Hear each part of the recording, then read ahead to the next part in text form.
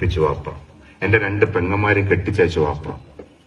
ആ വാപ്പ ആ പാച്ചിന്റെ ഇടയില് വാപ്പ സ്വയം ജീവിക്കാൻ മറന്നുപോയി. വാപ്പ ഒരു ഓട്ടന്ന് ചായ പോലും കുടിക്കൂലായിരുന്നു. വാപ്പന്റെ കൂട്ടുകാർ കളിയാക്കുന്നു, എന്റെ വാപ്പ പിശുക്കന, ഒരു ചായ കുടിക്കൂല. വാപ്പനോട് നമ്മൾ പറയും, നിങ്ങൾ ഇങ്ങനെയൊക്കെ കളിയാക്കുന്നുണ്ട്, നിങ്ങൾ എന്താ ചായ കുടിക്കാത്തത്? അപ്പൊ വാപ്പ 7 ഉറുപ്പ്യ ചായ കുടിക്കാൻ വിചാരിച്ച് കുടിച്ചില്ല, 7 ഉറുപ്പ്യ ലാഭം. ഇപ്പോ ഓട്ടോറിക്ഷ വിളിച്ച് പോകേണ്ടടുത്ത് ഞാൻ നടന്നു പോയിട്ട് 30 രൂപ ലാഭിക്കുമ്പോ അതെന്റെ മക്കൾക്കാണല്ലോ എന്ന് ഞാൻ തിരിച്ചറിഞ്ഞപ്പോഴാണ് എന്റെ വാപ്പയും ഇങ്ങനെ തന്നെ ആയിരിക്കുമല്ലോ എന്ന് ഞാൻ തിരിച്ചറിഞ്ഞു. പക്ഷെ ആ തിരിച്ചറിവ് മുതൽ ഞാൻ വാപ്പനെ രാജാവിനെ പോലെ വായിക്കണം തീരുമാനിച്ചു. പുതിയ ഞാൻ വീടുണ്ടാക്കിയപ്പോ അതിൽ വാപ്പാക്കായിട്ടൊരു മുറി ഉണ്ടായിരുന്നു. അതിൽ ഇങ്ങനെ പിടിച്ചു പോകാനുള്ള ഹാൻഡ് റെയിലുകൾ ഞാൻ വെച്ചു. ഇരുന്ന് കുളിക്കാൻ കുളിമുറിയിൽ ഒരു ബെഞ്ച് ഉണ്ടാക്കി.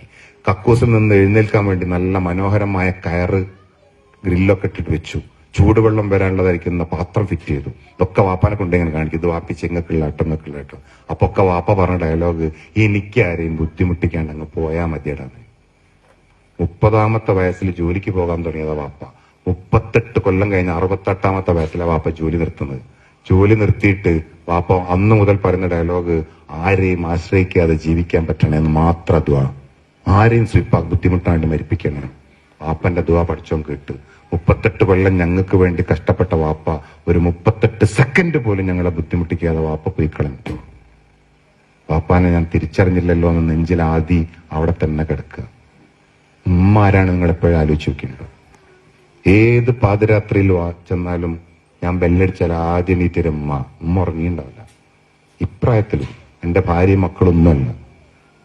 ആദ്യം ചോദിക്കുന്ന ചോദ്യം, നീ എന്തെങ്കിലും തിന്നോ കുടിച്ചോ എന്നമ്മ ചോദിക്കുക. എന്തെങ്കിലും കഴിച്ചിട്ടാണോടാ വരുന്നത്? ഉമ്മ എന്തോ കഴിച്ചോ എന്ന് ഞാൻ അങ്ങോട്ട് ചോദിക്കാറേയില്ല. എന്നാലും പരാതി ഒന്നുമില്ലാതെ ഉമ്മ ഇങ്ങനെ ചോദിച്ചോണ്ടിരിക്കും. കാരണം എന്റെ ഭക്ഷണത്തെക്കുറിച്ച് ഉമ്മക്ക് ഇപ്പോഴും ബേജാറാണ്. എവിടെയെങ്കിലും കല്യാണത്തിനൊക്കെ പോയാല് അവിടെ നിന്ന് കിട്ടുന്ന പാക്കറ്റും ചുറ്റിപ്പിടിച്ചു വരും ഉമ്മ. അതിൽ നിന്നൊരു ബിസ്ക്കറ്റ് പോലും ഉമ്മ കഴിച്ചിട്ടുണ്ടാവില്ല. അതൊക്കെ മക്കൾക്കുള്ളതാ. പൊരിച്ച മീന് ഉമ്മ തിന്നൂല, മക്കൾക്ക് കൊടുക്കാനുള്ള. എന്തുകൊണ്ടാണ്? ഉമ്മയുടെ കാലടിയിലാണ് സ്വർഗം എന്ന് പറഞ്ഞതിന്റെ അർത്ഥം എന്തെന്നറിയോ?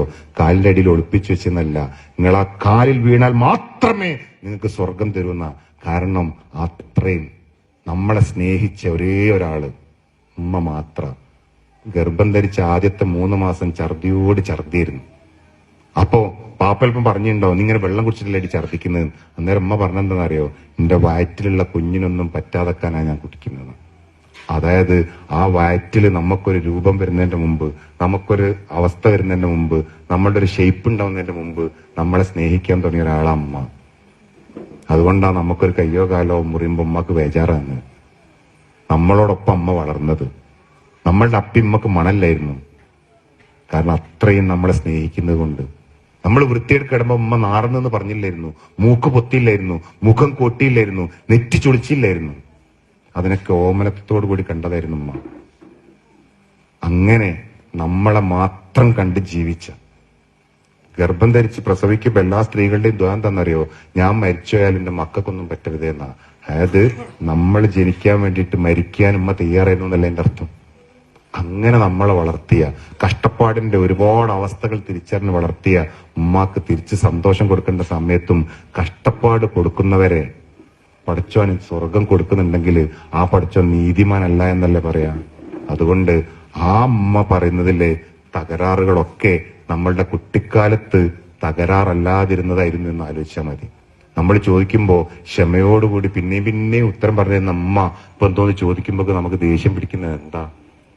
നമ്മൾ വലിയ ശുചായിമാരായി പോയതുകൊണ്ടാണ്. പക്ഷെ ഈ ശുചായി ആവണമെങ്കിൽ ഉമ്മയുടെ വലിയ മോട്ടിവേഷൻ വേണ്ടിയിരുന്നു. കാലിന് ഉറപ്പ് വെച്ചത് ഉമ്മ മോട്ടിവേറ്റ് ചെയ്തിട്ടാ. നമ്മൾ നടക്കാൻ തുടങ്ങിയത് ഉമ്മ മോട്ടിവേറ്റ് ചെയ്തിട്ടാ.